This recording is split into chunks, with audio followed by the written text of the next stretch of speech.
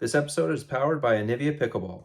Based in the heart of Vancouver, BC, whether you're new to the game or a seasoned vet, they have the paddle for you. I myself am currently using their Voltex Gen 3 Pro, which comes in both mid and lightweight.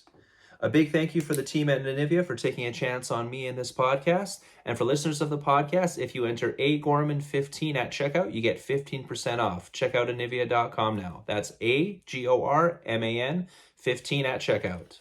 On with the show. Welcome back, everybody. Championship weekend is over in the CNPL, and what a weekend it was. We had upsets, we had a streaker, we had line call controversies, we had drama all over the place. Pickleball Diaries, episode 16. Let's get to it. Oh, what a shot.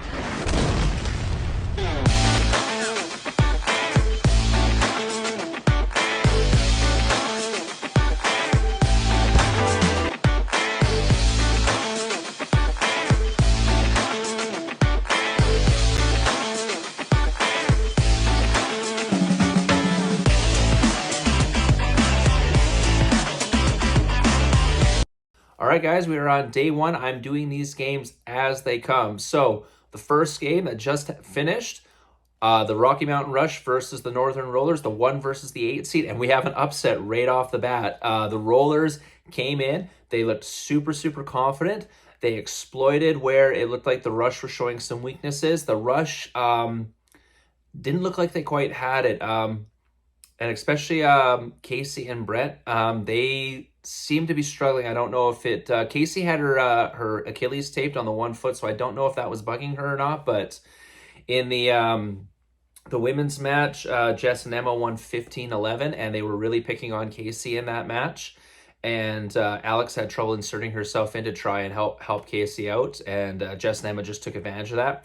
You went on to the men's sides, and Nathan and Brett won 15-10, but Brett was looking, same thing as Casey, a little bit off. He was standing up really straight at the kitchen line, and he was getting hit with a lot of balls to the chest, or getting clipped, or getting handcuffed by a lot of shots. Now, they still pulled out the 15-10 win, but then when it went over to the mixed matches, kind of the same thing happened. Alex and Brett lost to Jess and Jonas 15-8.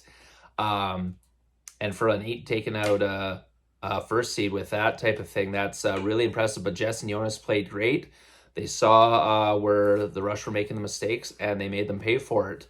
For the deciding match, you had Nathan and Casey versus Rob and Emma, and 15-14. So this was a super, super close match, but kind of the same thing. Like Casey just looked a little bit slow, and Emma was taking advantage of that, which is kind of what kept the Rollers in it, and then the finish off there. So the Rollers upset the Rush right off the hop, so the Rush are going to drop down to the backdraft of the bracket, and the Rollers are going to move on, and depending on what happens with the other matches, they're more than like, if the Wolverines win, they're more than likely going to have to play the Wolverines. All right, moving on to the next one. All right, second match of day one. So we had the Wolverines versus the Lions. This is the 2 and 7 seed. Wolverines came in and dominated this one right away. Surprisingly for the Lions, they had 2 alternates playing for the men's. They had Sonny and Ravi, who had played as alternates for other teams in the Eastern split, but both the 2 main male players for the Lions weren't here. Now, I hope nothing's wrong, but if there's nothing wrong and they just missed it just because, it's the playoffs. What are you doing? So already, just off the hop, you're facing the Wolverines, and the Wolverines actually had a new person playing. After the interview with Steve Deacon after the match was over, he made the decision to bring Atsuko in instead of Vicky. The difference between the two, Atsuko is a lot more offensive-driven player, whereas Vicky's a lot more defensive. So this is an interesting switch-up that deciding to do in playoffs. In this match, though, it did pay dividends. Right off the back, Angie and Atsuko defeat Kim and Grace 15-10. Grace and Kim fought really good in that. They stayed strong, but it was actually interesting because Grace was doing a really good job resetting the speed ups, and then they started switching and firing them at Kim, and a few of them caught Kim off guard, and that's what kind of allowed the Wolverines to jump ahead there, and then they secured that 15 win. Then switching over to the men's side, Joel and Hato did dominate Sonny and Ravi. Like, they put up a good fight, but it wasn't even close. It's 15-8. Um, and yeah, so like props to Ravi and Sunny for stepping in. But it's a big when you're not used to playing together and you're also not used to playing with Kim and Grace. That's a big ass in the playoffs when teams are now starting to gel 100% because they've played two splits together. So I didn't understand the reasoning for that. Like I said, hopefully there's nothing wrong with Cam or Eric. But if there isn't anything wrong, why the heck aren't you there? This is the playoffs. Like this is what you're playing for. So and then you go to the third match and Yoel and Nasuko take out Grace and Sunny. It was really surprising that they didn't put Kim in to try and at least get a set win, decision by the Lions here. But Grace and Sunny actually mounted a pretty decent comeback and made it go to 15-14 for the Wolverines. But still, 3-0 for the Wolverines. They move on, so that means they're going to be placed in the rolls because of the reseed after round one. So they automatically get the lowest seed, and which is obviously the 8th place seed is the lowest place. So round two will be the Wolverines and Rollers, and we got the next match coming up really quick here, so we'll move on to that one. All right, so we had the Pronghorns versus the Smash. So this was the 3 and the 6th place teams playing each other. This was a really, really good match. Both teams had their proper rosters in place. First match was the women's. It started out with Kim and Pam for the Pronghorns taking out Leah and Jordan for for a 15-11. This match was pretty close up until about 9-9, and then Kim and Pam pulled away there.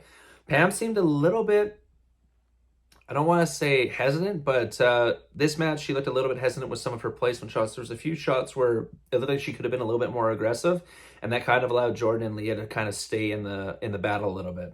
But they pull out the win, so they go up 1-0. Then in the men's side, Brad and Maddie took Delbeer and Chris's lunch money a little bit, 15-8. They really started picking on Delbeer, catching him with quite a few chest shots. Delbeer was kind of like Brett was in the previous match for the Rush, standing a little high at the kitchen. So you're giving a really, really big target when you're that tall because he's like 6'5", 6'6", or something like that. So, and then Chris had a hard time trying to get into the match because of that. You move on to the to the first mixed match, and this is where the Smash get on the board. You had Jordan and Dalbeer versus Maddie and Pam, and they came in rolling. So Dalbeer might have been a little rusty that first match, but he came in with full force, and him and Jordan worked really, really well, and went after Maddie and Pam. And like I said, from that first match that Pam was in, you could see her getting frustrated with missing shots or missing little easy shots or not being aggressive enough, because it showed in this match. They really picked on Pam in this match, so they pulled out a 15-6 win for the Smash. So that made it 2-1 for the Pronghorns. Going into the last mixed match, the Smash needed to win that to force the Dream Breaker singles. But Brad and Kim versus Chris and Leah. This was a very, very close match. Brad and Kim did pull out the 15-13 win, but this was kind of a back and forth match the entire time. I think the most Brad and Kim got up by was maybe 3 at one point, but Chris and Leah kept it really, really close. But at the end, Pronghorns come away with the 3-1 win, so they move on. So because of already the reseeding with the Wolverines and the Rollers playing each other, the Pronghorns are going to get the winners of the next match, which is the Toronto United and the Brewers. All right, so the round one match that I was trying to hype up the most, just because I thought these two teams were very, very evenly matched, and I was expecting some fireworks for this one. So right off the hop, and this was, the Brewers versus Toronto United. So this is the 4-5 matchup here. So right off the hop, you had Reese and Christina versus Hannah and Carolina. So Reese, as I said in the preview episode that we did last week, she just got picked up, and I thought at first she was just going to be kind of like a safety net for Susan, but Susan wasn't here, so Reese stepped in, and very, very good doubles player. She played very, very well, and they ended up taking out Hannah and Carolina 15-11. Now this, even though it was a 15-11, this was still a very, very close match, but Reese stood right in there, and quick hands, great shots, and was feeding off Christina's energy, so they were both very, very lively and very, very emotional with it. So they kept it rolling really good there. The next match was Mark and Jeff versus Maddie and Mark. This one here, Matthew Kanemoto was playing amazing. Like, it seems like he's getting better and better and better and better as these events go on. Mark and Jeff kept it close with 12 points, but Maddie and Mark pulled away with the 15-12. So then we had the 1-1 after the women's and the men's. Going into the mixed, this is where Toronto United kind of pulled away here. You had Christina and Jeff versus Mark and Carolina. So they did this switch in the Western split where Christina plays with Jeff and Mark plays with the other female double. I think they thought they were overstacking with Christina and Mark playing together. But against Mark and Carolina, Christina and Jeff, this was a super, super close match. Lots of really good rallies. But Mark and Carolina did pull out the 15-14 win. So then they went up 2-1. And then in the fourth match, you had Mark and Reese versus Hannah and Matt. And Hannah and Matt played amazing. They got the 15-12 win. So the Toronto United keep it rolling, still haven't lost since day one of the Western split, and win 3-1. So they move up. They're going to play the Pronghorns in round 2, and the Brewers are going to drop down to the B side of the bracket. All right, so the first draw on the B side, we have the Rush versus the Lions. So this is winner go home now. And like I said in that first Lions match, they got 2 alternates playing in the men's, and it kind of showed a little bit here. So on the first match, we had Brett and Alex versus Kim and Ravi. And this is where I was surprised they didn't use this trying to get a point in the first match against Wolverines. Kim and Ravi pull out the 15-14 win. This was really, really close. Brett is still kind of standing up a little bit straight. He's getting caught with a lot of speed ups that, like, at the Western split, he was putting these back in people's faces or putting it back at their feet. He seems just a little bit off, kind of like how Casey was as well, but they still kept it close, but 15-14, but Kim and Ravi. So actually the Lions went up 1-0. So you can see kind of a little bit of a stress worry coming on the Rush after that one. But then you go to the second match. So Nathan and Casey playing against Sunny and Grace, and they pull away with a 15-9. Casey playing a lot better in that match. You can still see, I don't know if it's that Achilles that she's got taped or not, because even the commenter Cam was pointing that out. But anytime a ball is hit to her right and she's stepping on that right foot, when she has to like push off to dink, her shot just seems to be a little bit higher, a little bit of it. It looks like she's in a little bit of discomfort, like not a lot, but enough that it's just affecting her game a little bit. But they pulled that. But between her and Nathan, they handle Sunny and Grace pretty well. And like I said, 15-9. So then it's 1-1. Then you get into the women versus women. So Alex and Casey, Kim and Grace. Alex and Casey win 15-11. It was a lot of Casey versus Grace in that, going back and forth, each team trying to pick on the other one. And then they kind of pulled away. Kim and Grace kept in it for as long as they could, but then they pull away. So Rush go up 2-1. And then the final one, Nathan and Brett versus Sunny and Ravi. And Brett played a lot better this one. Still looks a little bit off, but they, with playing 2 alternates, Sunny and Ravi, tried their best and played really hard, but they get knocked out with that 15-10 loss. So then the Rush win 3-1. So now the Lions are out, first team eliminated, and the Rush are moving up in the B side of the bracket. All right, second match of the B side of the bracket here on day 1. We have the Smash versus the Brewers. So once again, this is a winner go home match. And right off the bat, we have Christina and Reese versus Leah and Jordan. Very, very even match. Leah and Jordan do pull out the 15-12 win, but this could have gone either way. A few little different hits here and there, and Christina and Reese definitely could have pulled this off. But so Smash go up 1-0. Then you go to the Mark and Jeff versus Delbeer and Chris. Mark and Jeff pull out the 15-13 win. This match was super, super close. Some very, very good, intense rallies in this match. Seems like the games are getting better and better and better as this day goes on.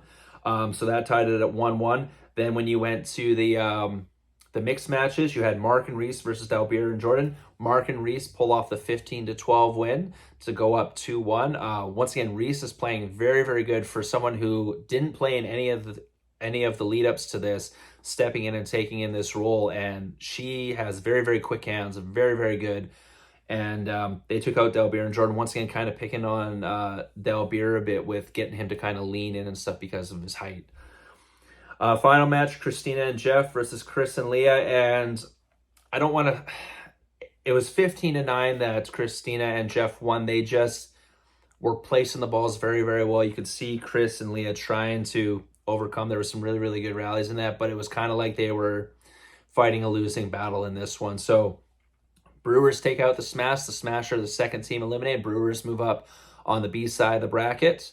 And we got one more match. It's going to be the Brewers versus the Rush on the B side of the bracket before day one finishes off. So let's see where that one goes. Holy crap, this was a match. This has probably had two of the best rallies in the for the day for this start of this championship weekend. So Brewers versus Rush. This is winner go home. And we got, right off the hop, we did women's off the bat. We had Christina and Reese versus Alex and Casey. This was an insanely close match. Alex and Casey come away with the 15-14 win, so the Rush go up 1-0. You go to the men's side, you have Mark and Jeff versus Nathan and Brent. Mark and Jeff pull off a 15-13 win. Once again, really close. Once again, Brett getting caught with a lot of speed ups that he normally doesn't get caught with. He is putting a few of them into the net. But hands off to Mark and Jeff. They played very, very well. So then you go over to the mixed side. So Nathan and Casey versus Jeff and Christina. This match was probably the best match within this battle between these two teams. There's so many insanely good rallies, so many high points. Nathan and Casey pull off the 15-14 win. If you only want to watch one match of this matchup between the Rush and the Brewers here, that is the one to watch, the Nathan and Casey versus Christina and Jeff, because that was awesome. So Nathan and Casey win that. So the Rush are up 2-1. The Brewers need to win this next mixed doubles to force the Dream Breaker singles, which would be the first one of the event, and they pull it off. Mark and Reese versus Brett and Alex. So if you looking on paper, you think Brett and Alex should have this, but Reese played out of her mind. There was so many times they were trying to pick on her and speed it up at her, and she was putting it back. One of the biggest reasons why they won this one 15-12, her and Mark. Reese played amazing in this one, so props to her. So they tie it up, and then we go to Dream Breakers. So this is where it kind of you see where the issues are for the Brewers here. So the matchups for the singles. So remember, everyone's playing 3 points versus the same person. So you had Brett versus Jeff, Nathan versus Mark, Alex versus Christina, and Casey versus Reese. So most of the matches were fairly even. But the Casey versus Reese, you could tell as soon as this part of the matchup started that Reese probably doesn't play a lot of singles. She's an amazing doubles player, but this is where kind of the Achilles heel came in for the Brewers. So Casey took all 6 points in the matchup against Reese, and then the other part that kind of did them in, Brett and Nathan probably matched off with Mark and Jeff pretty well. That was going back and forth, so it kind of came down to Christina versus Alex.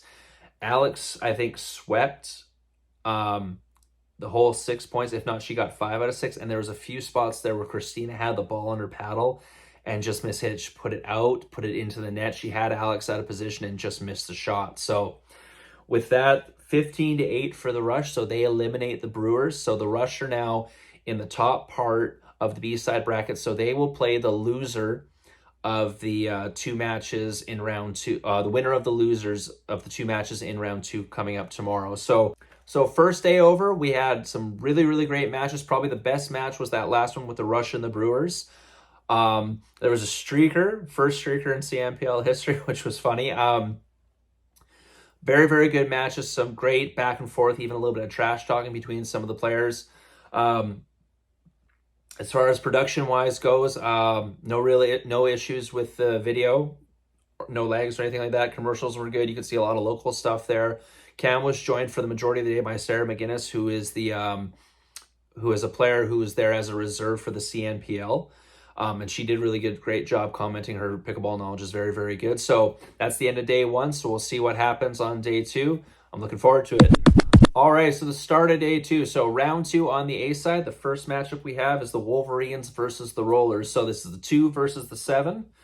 Right off the bat, we had the women's up. We had Asuko and Angie versus Emma and Jess. Asuko and Angie handled that very, very well, 15-11.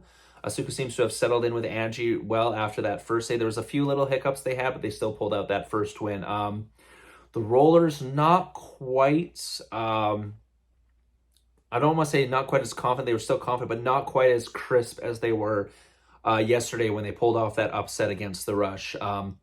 Still valiant effort, but not quite as crisp as they were the day before. Then you had Joelle and Hato versus Rob and Jonas, 15-10. That's a hard matchup for Rob and Jonas. Hato and Joelle playing lights out right now. So then to finish it off, you had Hato and Angie versus Jess and Jonas, and that was 15-5. Rollers just kind of ran out of gas. Like I said, not quite as crisp as they were the day before when they pulled off that huge upset against the Rush. So they're dropping down to the B side. The Wolverines move on with a 3-0 victory. We'll see who the Wolverines are going to play. They're going to play the winner of the Toronto United versus the Pronghorns. And then the Rollers will play the loser of that on the B side of the bracket. All right, Toronto United versus the Prairie Pronghorns. So off the hop, we had the women's match. We had Hannah and Carolina versus Kim and Pam. This was an insanely close match, went back and forth. Hannah and Carolina pulled out the 15-14 win, which you can kind of say is an upset because I think Kim and Pam have kind of had Hannah and Carolina's number, or I guess Hannah's number because they played Hannah and Martina the first week, but then they also played Hannah and Carolina on the Western split, and they had won both of those, at least the women's side of the matchup. So Carolina and Hannah pull off that. That's a little bit of an upset because the other matchups are a lot more even. If you were looking on paper, that's where the Pronghorns probably had the best advantage, at least on previous matchups. So TU goes up 1-0. Then you had Matt and Mark versus Brad and Maddie. Brad and Maddie pull out the 15-10 win. Brad Chapman was just dropping resets like crazy, really slowing the game down. You could tell that Matt and Mark wanted to speed some of that stuff up, and the resets between Brad and Maddie, and then Maddie jumping on setups that were done by Brad were just awesome. So they pull out the 15-10 win, so now it's 1-1. Then we have Mark and Carolina versus Brad and Kim. This was kind of like the second team versus the first team. Now, mind you, that being said, Mark and Carolina, I think, going into this tournament, I think hadn't lost a match together yet. So, but Brad and Kim pull out the 15-10 win, and they picked on Carolina a little bit. Not that she was any slouch, but it did cause Mark to kind of step in a few times, probably when he was a little overstretched, and just Brad and Kim just made it tough on them. So they pull out the 15-10. So Matt and Hannah need to win the next match versus Maddie and Pam to force the Dream Breaker singles. So Maddie and Hannah pull it off with a 15-11 win. Picking on Pam a lot. Pam's playing better today, but still a little bit hesitant. Even like I said, even the commentator Cam is pointing this out when you watch the matches online.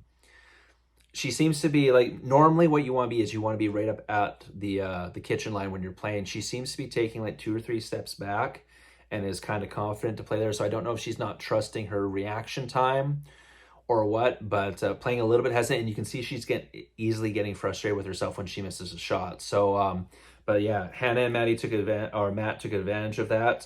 So we go to the Dream Breakers. So just like they did in the Western split, TU puts a lot of money on Hannah to go up against one of the guys, because most of the teams will enter in their lineup and go guy, girl, girl.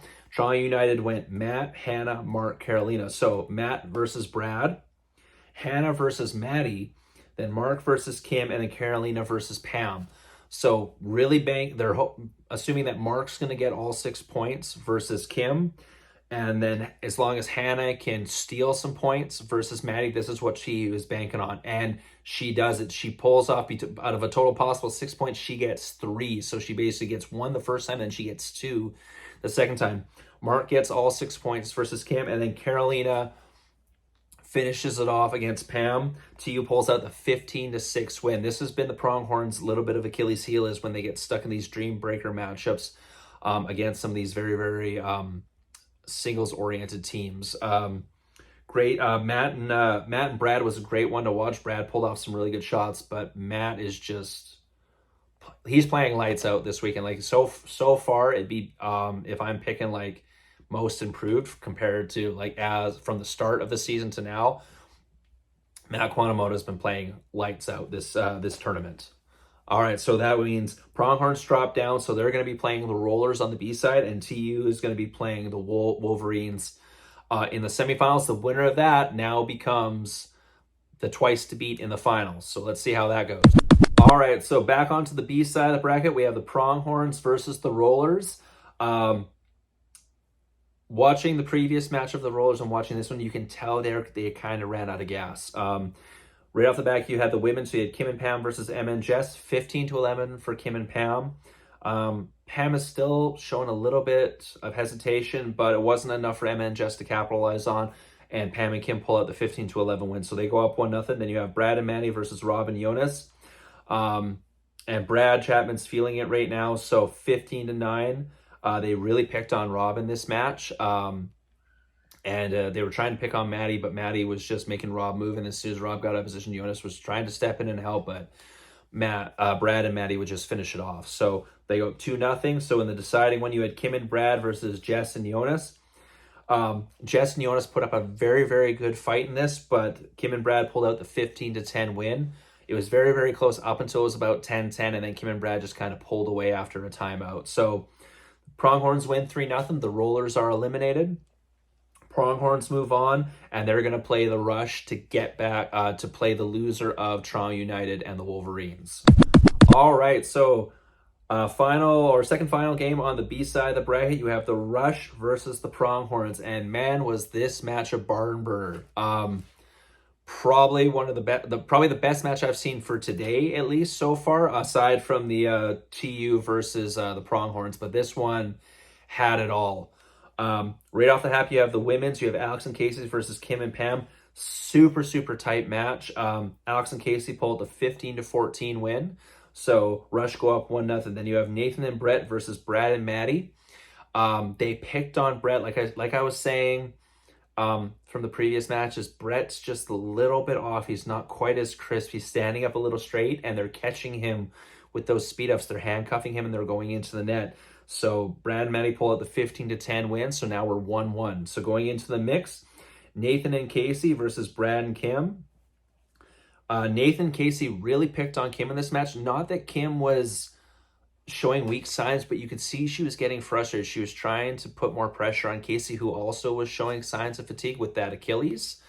But in the end, it worked out for Nathan and Casey. They got the 15-11 win versus Brad and Kim, which at that point you think, okay, well, they just took out the better pair. And now you have Alex and Brett coming in to take on Maddie and Pam. And Maddie and Pam need to win this to force the Dreambreaker singles. So Alex and Brett versus Maddie and Pam. Alex and Brett were up 14-11. And then 3 unforced errors by the Rush allowed Pam and Maddie to tie it up. And then at 14-14, it's anybody's game. And Pam and Maddie end up pulling it off and winning 15-14 to force the Dreambreaker singles. Now, the Dreambreaker singles, the matchups were Brett versus Maddie, Nathan versus Brad, Alex versus Kim, and Casey versus Pam. The biggest thing, if you go back and watch this, and what you might hear some players talking about, was the Brad versus Nathan. There was 1 or 2 line calls that Brad had called out that Nathan didn't agree with, and it clearly affected the Rush team. Now, from the camera angles from when I'm watching online, there was one where Nathan's blocking or Brad's blocking the shot, so I can't tell whether the ball was in or not. And same thing with the other one. They did have instant replay this time, but it wasn't on the camera angle I would have wanted to see it from. So I can't give a comment. All I know was that like Nathan was super unhappy, and there was even a sequence later where Brad hit it out, and Nathan was like, "That was out, right?" So a little bit of you can sort of say controversy with that, but and And then the rest of the matches were pretty close, and then it came down at the end. It was 14-13 for the Pronghorns. Casey had just done her job and won 3 straight points against Pam to give Nathan the chance to give them the chance to tie it up. So you had Nathan versus Brad to finish it off, and just the sequence back and forth was so quick, and then just into the net on Nathan. So the Pronghorns pull it off, 15-13, knocking out the Rush. So the Rush are out. Pronghorns are going to play the loser of the Wolverines and Toronto United. So insanely intense match. As these matches are going, it's getting more and more intense as these go on. So I can't wait to see what Toronto United and the Wolverines do. All right, well, this match was tight, and then we had an injury, and then you could see kind of the wind got knocked out of the sails. So, Toronto United versus Wolverines, right off the bat, we did mixed. So we had Matt and Hannah versus Angie and Haddo, and Angie and Haddo came out strong. They won 15-10. Like there was good rallies in there, but they were just clearly the more crisp team with their shots in this one. So they go up 1-0 for the Wolverines. Then you have Carolina and Mark versus Joelle and Asuko. And I dubbed this Speed Up City because Carolina and Asuko were going at each other like crazy. Like, you could probably take so many highlight reels just from this match with Asuko and Carolina going at each other because they were straight on with each other like nuts. And it was super, super entertaining. It went to 15-14 for Mark and Carolina pulling it off. So we're tied 1-1. Then in the women's match, this is where the injury comes in. So we had Hannah and Carolina, Angie and Asuko. Hannah and Carolina were up, it was like 9-9. There was a lob done by Carolina. Asuko ran back to swing at it. It was actually out, but she still swung, and she threw herself off balance, and she crashed into the barrier behind her, and she ended up hyperextending her knee. So after a medical timeout, she taped it up. She went out and tried to play. She played one more rally where the Toronto United got a point, but then Steve Deacon pulled her out, and because of that, they had to forfeit the women's match. So the final score of that match technically was 11-9 for the Toronto United. But Asuko is out now for the day. Sarah McGinnis, for the next match, will be subbing in. She's the designated, so she's coming off of the broadcast, and will be going in for Asuko for the remainder of the tournament. And so after that, you could see the wind was kind of knocked out of the sails of the Wolverines. You had Matt and Mark versus Joelle and Haddo for the men's side, and 15-11. It was close. We could see Haddo and Joelle were not quite as focused as they should be, so they dropped down to the B side. They're going to be playing the Pronghorns, and the winner of that is going to play Toronto United, and Toronto United is the undefeated team, so they're going to be twice to beat in the finals. So Toronto United is still rolling. We'll see where this ends up, but right now, for how hot they're playing, I don't know if the Pronghorns or the Wolverines are going to be able to take it in the finals. All right, so we go down to the final match of the backdraft bracket. So this winner of this goes back up and plays the Toronto United team. Now, both teams have lost to Toronto United already, so we'll see how this goes. We got the Wolverine versus the Pronghorns. So off the bat, we start off with the women's matchup. So we have Angie and Sarah, who's filling in for Atsuko, who's out with the injury, versus Pam and Kim. This was a very, very back and forth match. Angie and Sarah pull off the win, so big props to Sarah for coming in and playing so well on such short notice. They pull off a 15-14 win. So Wolverines go up 1-0. Then we had Joelle and Haddo versus Brad and Maddie. Once again, super, super close match. These teams have played each other as these pairs before at tournaments. And you could tell by the way the match was played, it was super, super slow paced. Nobody kind of wanted to take that chance and force a speed up. And it came down to a 14-14 where Joelle and Haddo pulled out the 15-14 win. So Wolverines go up 2-0 on the Pronghorns right off the hop there. So going into the mix, we got Haddo and Angie versus Brad and Kim. This is kind of top mixed pair versus top mixed pair. And Brad and Kim came out firing on this one. They won 15-8. Angie and Haddo didn't really have an answer for them. Brad and Kim played awesome, like flawless play. For the last match, we had Joelle and Sarah versus Maddie and Pam. Once again, especially in this match, you saw Pam kind of be super hesitant. They tried to pick on Sarah. Sarah was more than up for the challenge. And yeah, the Wolverines get a 15-13 win. Like, it was still a close match, but like, once again, there was those spots where just didn't move up, just wasn't aggressive. It was almost like she was in her own head. This weekend so far has shown like there was players who had it this weekend, players who didn't. The same thing happened with the Rush, but Pronghorns fall short, 3-1 for the Wolverines. The Wolverines are going right back up, playing Toronto United in the final. So I'm ready for a barn burn. And if Toronto wins, they got so many fans in the crowd right now, it's going to blow the top off that place. Wow, you wanted a barn burner for the finals? You got it. This match had everything. This was an insanely entertaining match. Toronto United versus the Wolverines. So first matchup, we had Hannah and Carolina versus Sarah and Angie. Hannah and Carolina came out swinging. They played so good. Angie and Sarah were still getting used to each other because Sarah had just come in for the injured Atsuko. But Hannah and Carolina played awesome. Great shots. They win 15-8. Toronto United goes up 1-0. You had the men's up next. Matt and Mark versus Joelle and Hato. And Matt Quanamoto went Super Saiyan mode in this match. They won 15-13, but you could probably do a Sports Center top 10 highlights of just Matt Quanamoto in this match. So many great shots, so many great resets and saves. It was amazing. Like, Joelle had at one point, it was almost like they looked at each other and was like, okay, what are we doing wrong?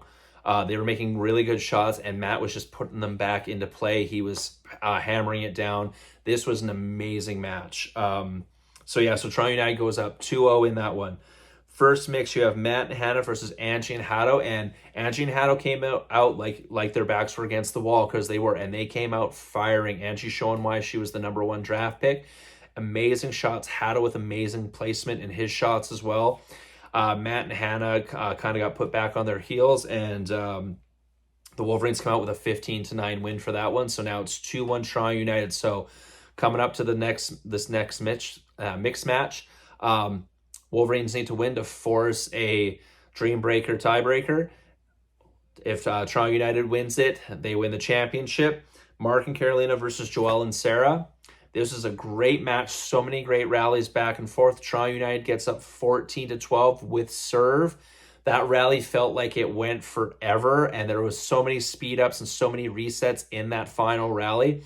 Finally, Carolina Hack with the overhand into Joelle's feet to finish it off. Toronto United pulls it off, becomes champions. They go like 10-1 after the Eastern split, coming through, pulling a St. Louis Blues last place to championship of the season. So congratulations to Hannah Blatt, Matthew Quanamoto, Mark Gottfried, Carolina Hack, Rick, and all the other owners of the Toronto United. Amazing match, amazing finish. Big shout out to the Quanamoto family, who were insanely active fans at every event. I got to see them in person at the Western Split, and you could see them on camera there for the entire match doing the cheers for both kids. It was awesome. All right, CNPL Championship Weekend and season recap. So, great weekend. The matches got better and better and better. The drama, if you want to call it, or TV viewing ability of it, got better and better and better as the week went on. You started off the first matchup with an upset, the 8th seed over the first seed with the Rollers taking out the Rush. You had great matchups with the Toronto United and Brewers on day one. Brewers versus the Rush on the B side.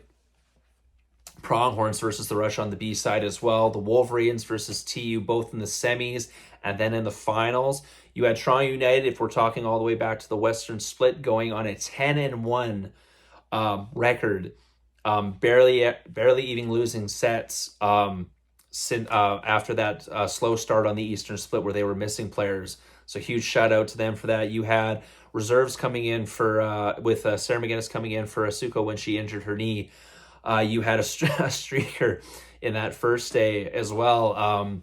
You had drama with line call arguments. You had players talking smack back and forth. Super emotion. You had fans going crazy. This was a great weekend to cap off the first ever season of this league. Yes, there was bumpy starts from the beginning and a little few along the end. It's the first season. It's a learning experience. But I got to say, they stick the landing on this one. Great finish. Great job. We had action replays, championship round, which was awesome because I thought they were missing those in the first two splits. And from someone who got to witness the Western split, got to watch the Eastern split and the championship weekend online, insanely great experience. Shout out to the One Health Club for that championship weekend. I like the smaller atmosphere for this pickleball. The fans were so much closer. You could feel and hear the fans coming through your screen if you were watching online, and just from listening to the interviews with players and comments by the broadcast team. It was such a more of electric atmosphere. So I got a feeling now the rest of the time they're going to be in slightly smaller venues come season 2. So super looking forward to that already. I almost can't wait. Let's see if the Toronto United can run it back for a second year. Let's see if maybe, who knows, we may get some expansion teams in and have like a 10 team or even a 12 team league. Because there's so many more great players in Canada who didn't jump on this opportunity to play or missed out on it. So, but insanely great weekend. If for someone who didn't watch any of it, go to the CNPL's YouTube, and even if you just want to watch the last 4 games of this thing, now there's really great games at the beginning of this too, but if you just want to watch the championship and even the 2 semis going into this, those were insanely must-watch matches. They were so good. Shout out to all the players. Shout out to Cam Taylor on the broadcast. Shout out to Yui for Track Ops Media, who does a bunch of the media. Shout out to JYT Media, who did all the broadcasting stuff. Shout out to Mike, the commissioner of the CNPL. You guys pulled it off. Great event. Great season. Can't wait for more. And yeah, I'm looking forward to see what happens. I don't know what for season 2, if there's going to be like a redraft or if teams get to keep certain players. Who knows? Maybe I'll get an interview or two with someone to find out what that goes with. I haven't done an interview yet on this podcast, so that might be interesting. So, but yeah, so I'm giving this this weekend like a 10 out of 10. Like the teams that on like if you were to look at this on paper, the teams that you expected to win came through and won and got to the finals. Like the Wolverines, who were on the top of the leaderboard the entire way through. The Pronghorns were always sitting around the top. The Rush, even though they had that faulty start at the beginning, moved their way back up to have to face the Pronghorns before that. The Brewers made the Rush work for it to get up there. And then, of course, Toronto United, like I said, the rocky start at the beginning there, but they were missing some people. And then just went balls to the walls, going 10-1 for the rest of the way through that season, and put that stamp down as the first ever CNPL champion. And yeah, big shout out to them. Big shout out to all the players who played in this season. You guys were the step that laid the groundwork for hopefully many more seasons of this to come. I'm looking forward to, who knows, we might even get another pro league or something going in Canada, and that just builds more and more pickleball players, more and more players who can turn pro, and even use as stepping stones to get into the PPA in the States or the MLP in the States. Like you got Hannah Blatt, who got MLP contract. You got the Walker sisters, who both got PPA contracts. I can foresee many more players like that coming through and going out. Big shout out to Toronto United again. Between them and the Brewers, by far the most active on social media. I know they did that in Toronto. They did that pickleball in the mall to bring in even more fans. And then they got Jonas from the Rollers to go in for that. I know Christina Chin from the Brewers went in and took part with that as well. So that was awesome of them. And yeah, I can't wait for more. I'm looking forward to it. We got one final thing to cover before we finish off the podcast. Awards. All right, so awards for the end of the season. So This is just my opinion. This isn't anyone else's. This isn't like CNPL announced this or anything like that.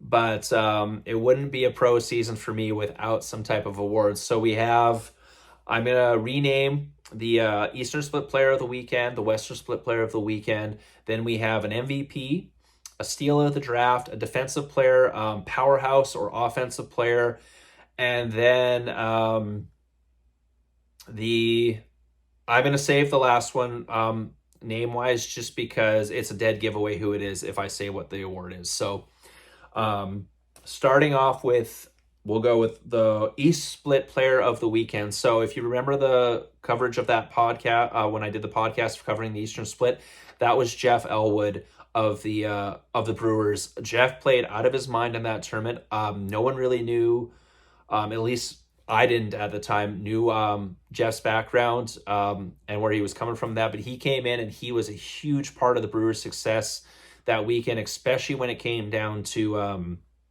the singles matches. When they went to those Dreambreaker singles, he destroyed everybody in that weekend. So shout out to Jeff Elwood, Eastern Split Player of the Weekend for that one. All right, next we have the Western Split Player of the Weekend. That one I'm giving to Nathan Choi. That was Nathan's debut, and man, did he put on a show that weekend, especially in that final match versus the West Coast Wolverines, which helped the Rush get that first overall seeding going into championship weekend. By far one of the hardest smashes in the league. It's that badminton background helping him out with that, and very dynamic, very entertaining player as well. Does a little bit of jawing with the other team. Talks to the fans. Even does comments to the broadcast booth during the matches. So very entertaining. And like I said, he was my dark horse for an up and coming player when I did the original way too early predictions. And he delivered on that, made me look smart. So thanks to Nathan for that, and congrats for that one. All right. Defensive Player of the Year. I'm giving this one to Brad Chapman of the Prairie Pronghorns. If any of you watched the Brad Chapman match this year, like the king of resets, his defense is so good. He's rarely caught out of position. When you try to lob it on his partner or on him, he takes 2 steps back and slams it back down your throat. If you try to speed it up at him, he's catching you most of the times. And especially in that championship weekend, he really showed why he was the Pronghorns' first overall pick. So congrats to Brad for that. I've seen Brad play a lot in Alberta because he is from Alberta. So this was not anyone from Alberta. This is no surprise that Brad gets this reward. Very stoic on the court as well. And if you ever want to just watch and see what perfection dinking and resets look like, just watch a Brad Chapman match. So shout out to Brad for that one. Powerhouse or most offensive player of the year goes to Joel Pelche from the West Coast Wolverines. Joel was so dynamic and intimidating with his drives that the broadcast team had nicknamed him the Assassin. Joel was very, very high octane emotional on the court as well, got his team into it, pushed the pace. Very, very fun to watch. Same thing, if you want to see, kind of similar to the Brad Chapman thing, if you want to see a textbook like third shot drives or speed ups type thing, watch a Joel Pelche match, because that was great. I get to see Joel play a lot as well because he's also from Alberta. So big shout out to Joel for that one. Steal of the Draft. So Steal of the Draft, let's be honest, is anybody other than Matt Quanimoto. He got picked in the third round. This guy went from people not picking him because he was coming off of really bad concussion from the previous year and didn't play pickleball at all, to literally going into God mode in the championship game. If you want, like I said when I did the championship match recap, you could do a Sports Center top 10 highlights of just Matt Quanimoto in that match.